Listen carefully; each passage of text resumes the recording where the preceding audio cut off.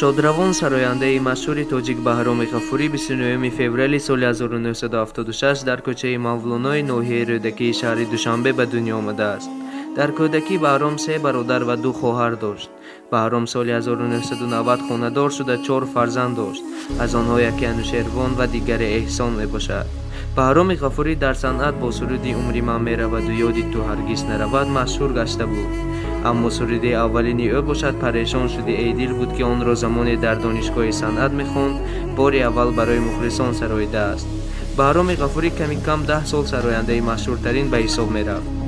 اما متاسفانه حافظ خوش‌آواز صبح 7 اوگوست تقریبا ساعت 4:00 در نتیجه صدمه نقلیات جانش را از دست داد و او را در زاده خود در مولانا به خاک سپردند. از بهرامی غفوری به مخلصان سرودهای زیاد و 4 فرزند برای اهل عائله‌اش باقی مانده.